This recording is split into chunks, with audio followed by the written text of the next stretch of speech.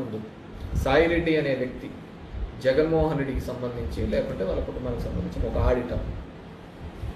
ఆయన జగన్మోహన్ రెడ్డితో పాటు కేసులో ఇరికిచ్చిన తర్వాత పోయినాడు. సరే నేను పోయినాను కాబట్టి నేను జగన్మోహన్ రెడ్డితో సెయిల్ కావాలనుకున్నాడు, వచ్చినాడు, అయిపోయింది, గవర్నమెంట్లోకి వచ్చినాడు, పోయినాడు, రాజ్యసభ 2 సార్లు తీసుకున్నాడు.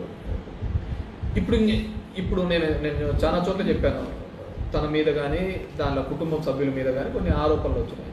మేబీ ఈ పాలిటిక్స్లో నేను తట్టుకోలేనేమో అనుకున్నాడేమో. సో అతను సైలెంట్గా క్విట్ అయిపోయినాడు.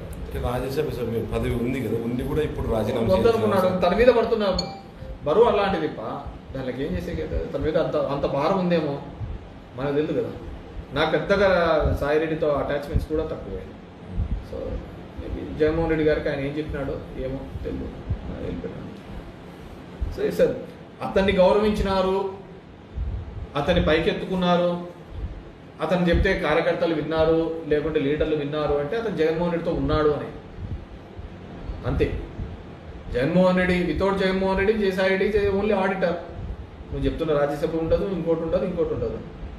ఈ ఒకటి పక్కన ఈ పెరుగుతూ ఉంటాయంటేనే సున్నాలు పెరుగుతూ ఉంటుంది. ఈ ఒకటే లేకపోతే అన్ని సున్నాలు కిందికి వస్తాయి అంతే, దాంట్లో వేరేది ఏమి లేదు. ఒకటి పక్కన ఇంతమంది ఉంటా అంటే అంతమందిగా దాని విలువ పెరుగుతూ పోతుంటుంది. ఆ ఒకటి జగన్మోహన్ రెడ్డి. దానికంటే మీకు జగన్మోహన్ రెడ్డి అనే వ్యక్తి సిస్టంలో చాలా దానిలకు జరుగుతున్న దాని మీద ఫైట్ చేసినాడు. వ్యవస్థలో జరుగుతున్న తప్పిదాల మీద కానీ ఇంకో దానిల మీద కూడా చాలా ఫైట్ చేసి ఒక లీడర్గా ఎలివేట్ అయినాడు. నేను ఎన్నో సందర్భాలు చెప్తున్నాను, ఎప్పుడైనా ఒక నాయకుడు అన్న తర్వాత కష్టంలో ఉన్నప్పుడు నిలబడతా అంటేనే రాయి. ఒక రాయి అయినా కానీ ఇప్పుడు మామూలుగా ఉంటే రాయి, దాన్ని కొట్టి కొట్టి కొట్టి చెప్తేనే ఒక షేప్ వచ్చింది. జగన్మోహన్ రెడ్డిని ఎందుకు అడ్మైర్ చేస్తారు? ఈ రాష్ట్రంలో ఇద్దరు క్రౌడ్ పుల్లర్స్. ఎప్పుడు వెళ్ళినా కానీ ఏ సందర్భంలో అయినా కానీ 10 నిమిషాల్లో 10,000 మందిని పూల్ చేసే వాళ్ళు ఎవరైనా ఉన్నారు అంటే రాజకీయ నాయకుల్లో అయితే అది ఒక జగన్మోహన్ రెడ్డి. రాజకీయాలు ప్లస్ దానికి సినిమా మసాలా యాడ్ అయితే పవన్ కళ్యాణ్. వీళ్ళిద్దరే ఏ సందర్భంలో అయినా క్రౌడ్ పుల్ చేయగలుగుతారు. చంద్రబాబు కావచ్చు, తెలుగుదేశం కావచ్చు, మేనేజ్మెంటు మాట్లాడి ఇవన్నీ తెలుసు. ఇది వీళ్ళిద్దరికే ఎమోషనల్గా వస్తారు దగ్గరికి. సో జగన్మోహన్ రెడ్డి అనే వ్యక్తికి ఉండేది ఓన్లీ పొలిటికల్ లీడర్షిప్. ఇక్కడ సినిమా గ్లామరు, సినిమా హీరోయిజం ఇవన్నీ కూడా పవన్ కళ్యాణ్ కలిసి.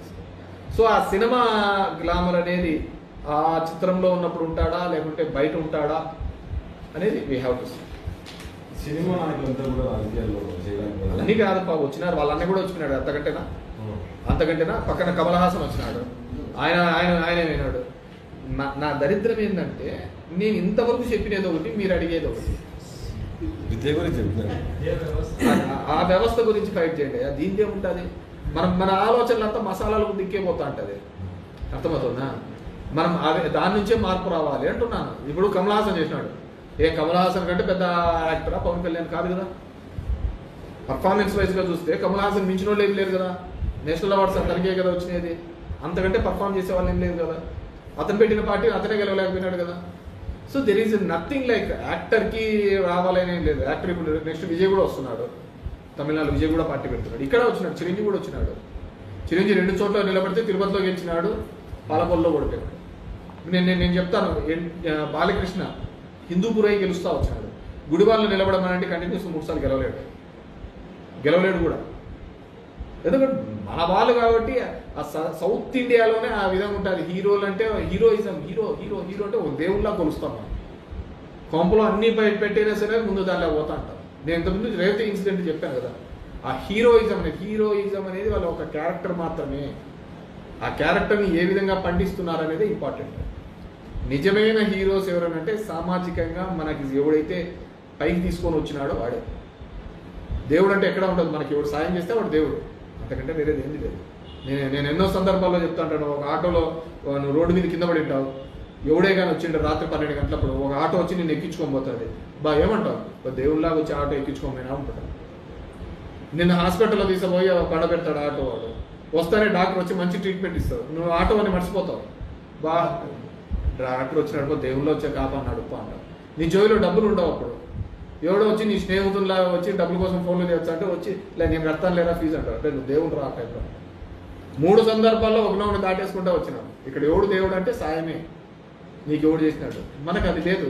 మనం తాత్కాలికంగా చూస్తూ ఉంటాం, తాత్కాలికంగా పోతాం, మనం అట్లే తల్లారుతాం. అందుకే ఇట్లుండదు. ప్రపంచంలో ఆడ ఉండదు, మన దాంట్లోనే ఆ విధంగా ఉంటాం.